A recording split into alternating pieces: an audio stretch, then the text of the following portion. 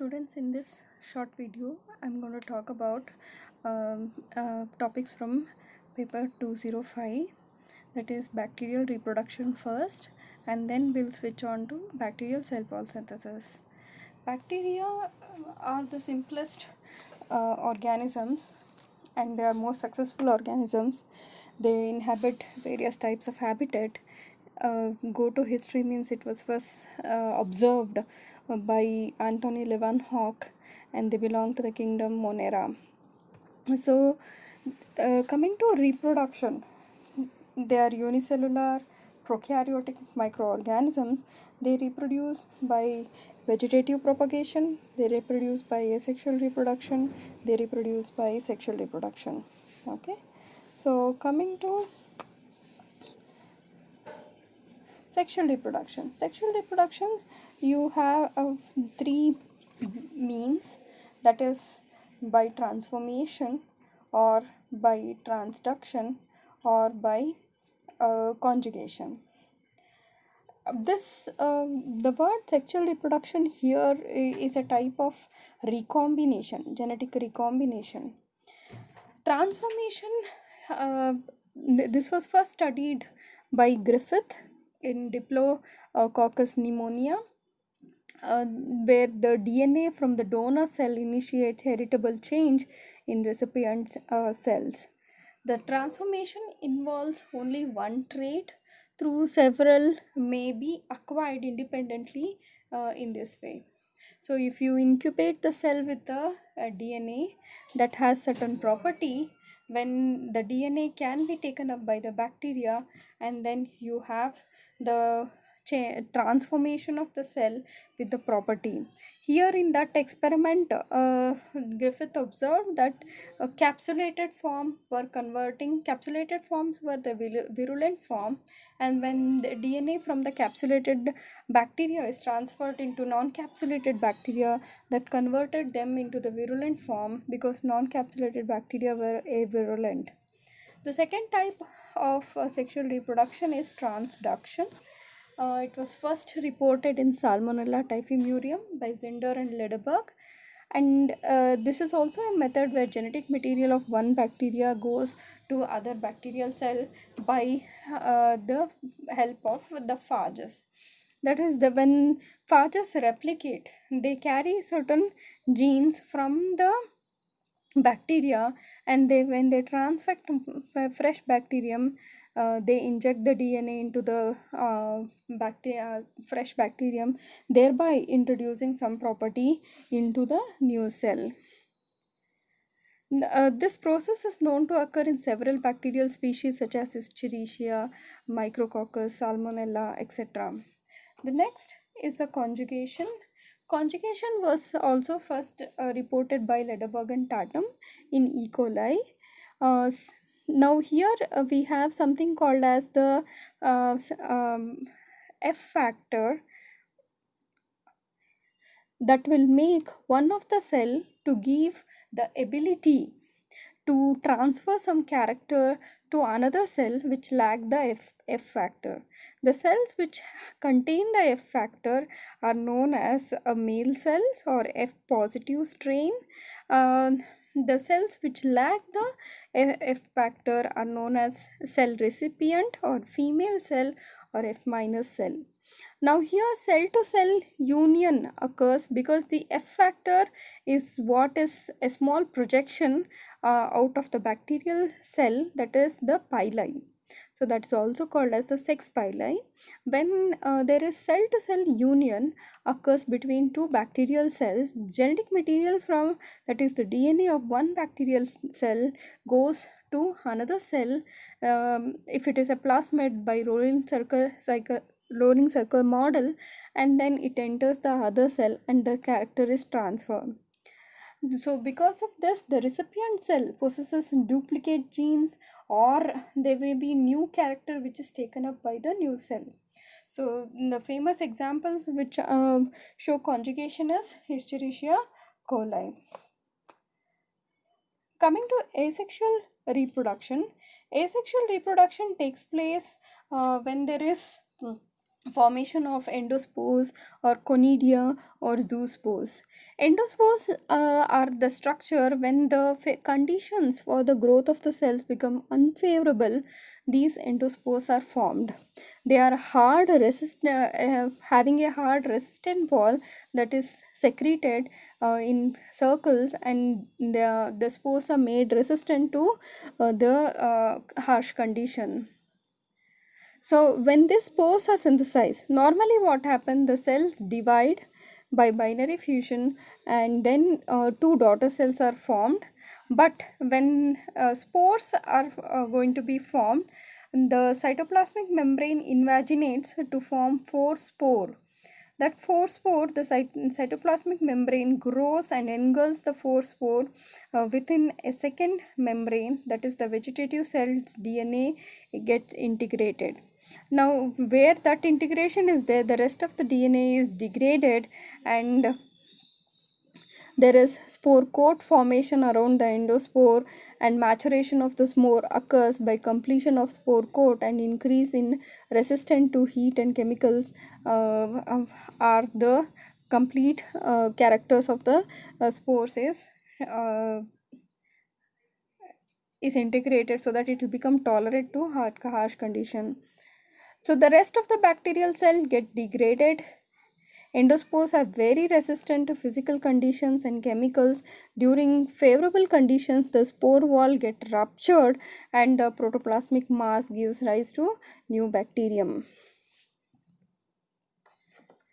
The other kind of reproduction is binary fission, and this is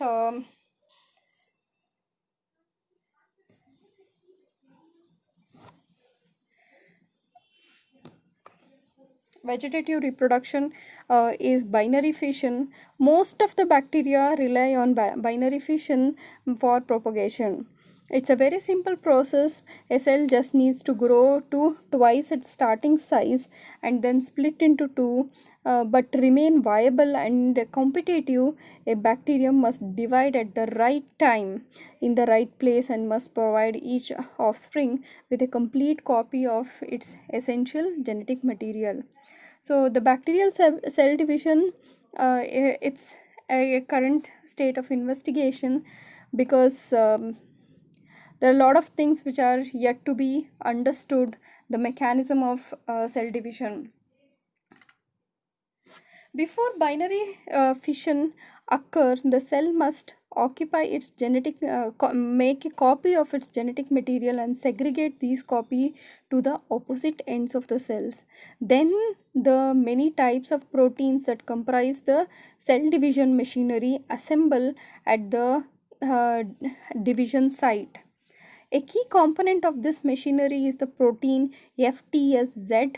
The protein monomers of FTSZ assemble into a ring-like structure, and the center of the cell at the center of the cell, other components of the cell division apparatus then assemble at the FTSZ ring. This machinery is positioned so that the division splits the cytoplasm and does not damage the DNA in the process. As division occurs, the cytoplasm is cleaved into two, and many bacteria, that is, new cell walls, is synthesized. The order and timing of these process, that is, DNA replication, then segregation, then division at the site, and then invagination of the cell envelope, and synthesis of new cell wall, are very tightly controlled. The next type of reproduction is budding. It is observed in some member of planktomycetes, cyanobacteria, firmicutes, which contain low amount of GC content. They are gram-positive bacteria, and prosticate protobacterium. Budding has been extensively studied in eukaryotic yeast cells like Saccharomyces cerevisiae. The molecular mechanism in budding of bacteria is not very clearly understood.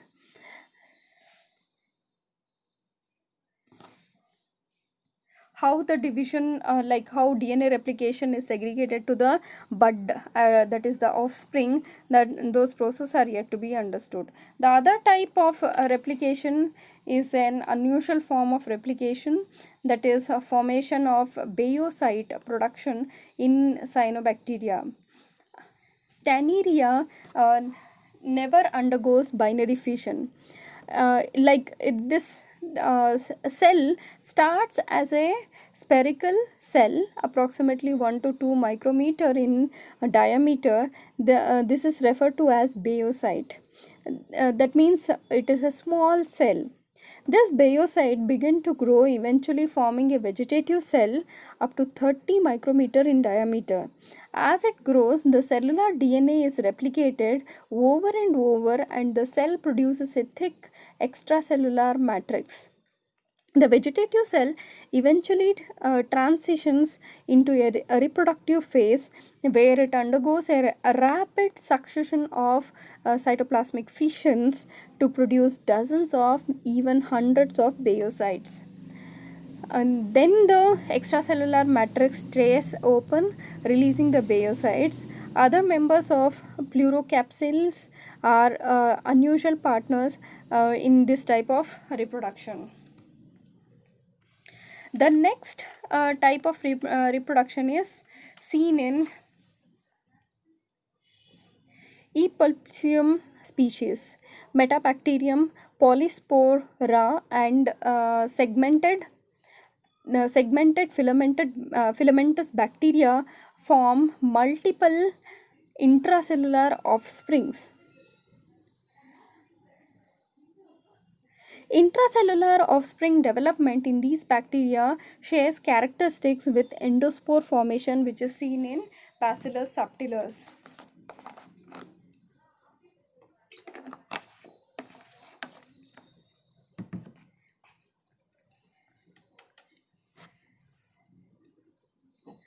In Epulopiscum species, this is a unique reproductive strategy, begins with asymmetric cell division. Here we are shown the cell cycle. Instead of placing FTSZ ring at the center of the cell, as in binary fusion, you can see the the Z ring are placed near both cell poles. Okay, both the cell poles. Division forms a large mother cell and two small offspring cells. The smaller cells contain DNA, that is the C. Smaller cell contain DNA and become fully engulfed by the larger mother cell. And then the integral offspring grow within the cytoplasm of the mother cell. Once offspring development is complete, the mother cell dies and releases the offspring. So this is seen in certain other species of Metabacterium polyspora also. So coming to peptidoglycan biosynthesis. Peptidoglycan Now, peptidoglycan is in both gram-positive bacteria and gram-negative bacteria. Peptidoglycan is also called as murine. It's a polymer consisting of sugars and amino acids that form a mesh-like layer outside the plasma membrane of of most bacteria. In case of gram-positive bacteria, it is the major content of the cell wall. In case of gram-negative bacteria, also it is the major content of the cell wall apart from the outer lipid membrane. The layer is very thin in case of gram-negative bacteria. So peptidoglycan or murine, it is an enormous polymer composed of identical subunit. It consists of long chains of repeating units of two sugar, N-acetyl glucosamine and N-acetyl muramic acid. You have repeating units of NAG and NAM. Sugar chains are cross-linked between tetrapeptide chains originated from N-acetyl muramic acid. So this is how they are arranged. Two different colors of balls are the NAM and NAG, and then you have the linkages which come out are from NAM, and then they are cross-linked in a different way in each bacterial species. Like in some they can be directly cross-linked, and in some Streptococcus species there can be 5 glycine units in between this cross-linking. So the cross-linking may differ, but NAM and NAG units and the attachment of the amino acids are same. So this is N-acetyl glucosamine attached to N-acetyl muramic acid. It has a lactic acid chain attached, and then you have alanine, L-alanine, followed by attachment of glutamic acid, followed by mesodiaminopimelic acid and D-alanine, which is attached. This may be connected to the peptide interbridge or the diaminopimelic acid in another tetrapeptide chain, the D-alanine at the last. Synthesis of peptidoglycan. Murine biosynthesis involves a number of cytoplasmic membrane and periplasmic steps. NAG is first coupled with UDP, uridine diphosphate. A portion of uridine diphosphate NAG is converted into uridine diphosphate NAM, and the peptide chain is developed by sequential addition of amino acids. That means first it starts with fructose 6-phosphate. Fructose 6-phosphate is converted to glutamine 1-phosphate, and then glutamine 1-phosphate is converted to glucosamine 1-phosphate. Glucosamine 1-phosphate is converted to N-acetyl glucosamine 1-phosphate, that is converted to UDP NAG. Now we'll see in detail steps. That is, there are a lot of enzymes which are involved in the synthesis. The peptidoglycan monomers are synthesized in cytosol. The first synthesis happens in the cytosol and then attached to a membrane carrier, that is bactoprenol. This is the structure of bactoprenol which attaches to NAM. Okay. Bactoprenol transports peptidoglycan monomers across the cell membrane where they are inserted into existing peptidoglycan. In the first step, peptidoglycan synthesis, glutamine, which is an amino acid, donates an amino group to the sugar fructose 6-phosphate. This in turn turns fructose 6-phosphate into glucosamine 6-phosphate. In two-step, an acetyl group is transferred from acetyl CoA to amino acid on the glucosamine 6-phosphate. That is, again I will go slowly.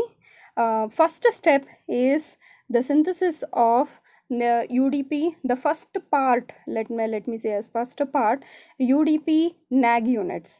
In that, the first step is glutamine, an amino acid, transfers an amine group to a sugar, that is fructose 6-phosphate. Now this fructose 6-phosphate, after the acceptance of then amine group, it becomes glucosamine 6-phosphate.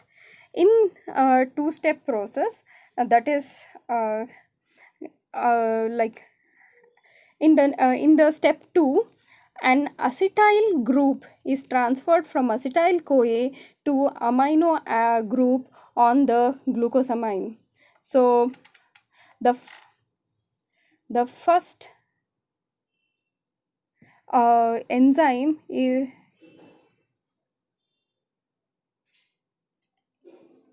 okay. Then the acetyl group is transferred from acetyl CoA to the amino group on the glucosamine 6-phosphate, creating N-acetyl glucosamine 6-phosphate.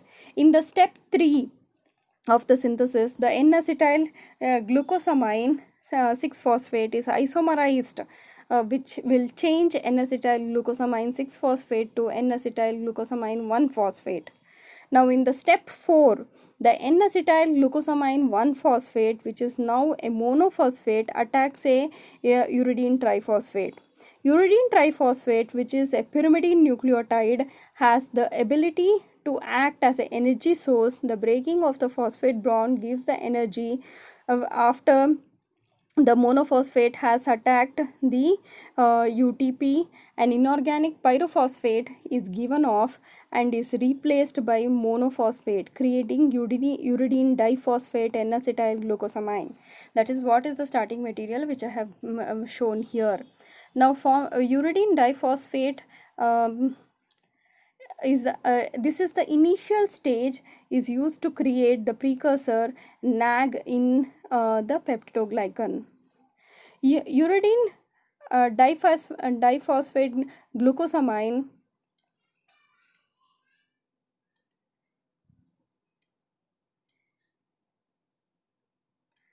I'm sorry. Uh, some of the uridine diphosphate N-acetyl glucosamine is converted to uridine N-acetyl muramic acid by addition of lactyl group to glucosamine. That is that is done by two enzymes, that is UDP N-acetyl glucosamine 1 carboxy vinyl transferase and MURB, that is UDP N-acetyl enol pyruvoyl glucosamine reductase. So we have the formation of NAM units now, that is UDP N-acetyl muramic acid.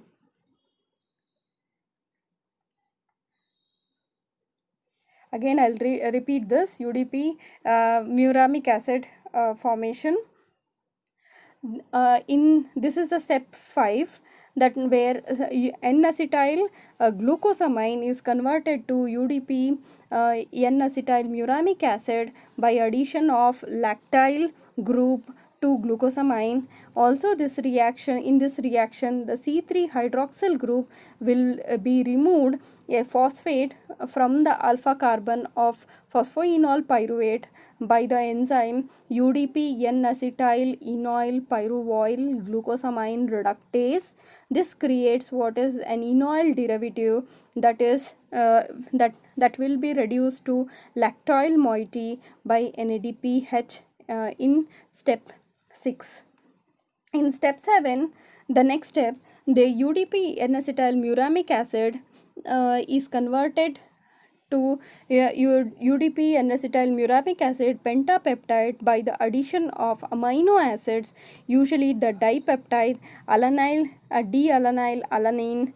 Each of these reaction requires ATP to be used up in each reaction.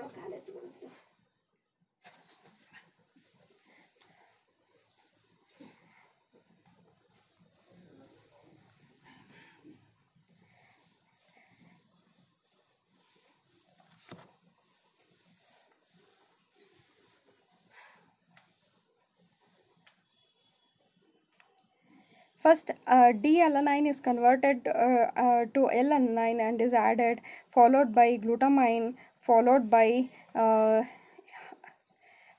addition of D-alanine, alanine, that is with the help of N-acetyl muramyl tripeptide D-alanine alanine ligase, and then you have addition of this is like transferred onto the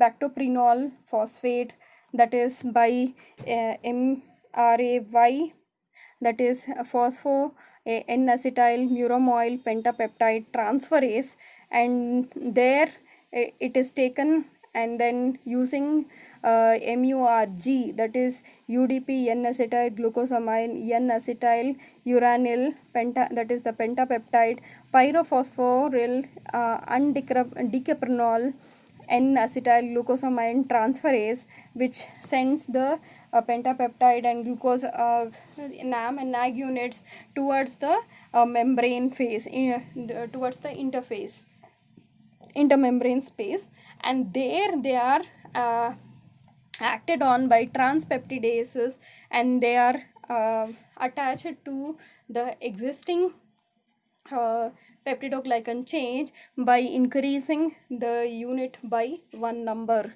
So the transpeptidation in gram-negative bacteria lack the peptide interbridge and it is made up of by glycine, interbridge made up of by glycines. Many gram positive bacteria have the glycine interbridge. So this formation of new units can also be at the site of cell division, where you have the FSTZ proteins which are accumulated. So in this short lecture, I have spoken about what are the synthesis. Those slides are not shifting. I'll send you the PDF format, where the first step, that is in the peptidoglycan synthesis, that is glutamine donating an amine to fructose 6 phosphate, and then all the 7 steps and transfer of the uh, uh, this whole NAG units with the pentapeptide loaded onto the membrane carrier bacterioprenol, and then transferred to intermembrane space, where they are added to the existing peptidoglycan layer. Thank you.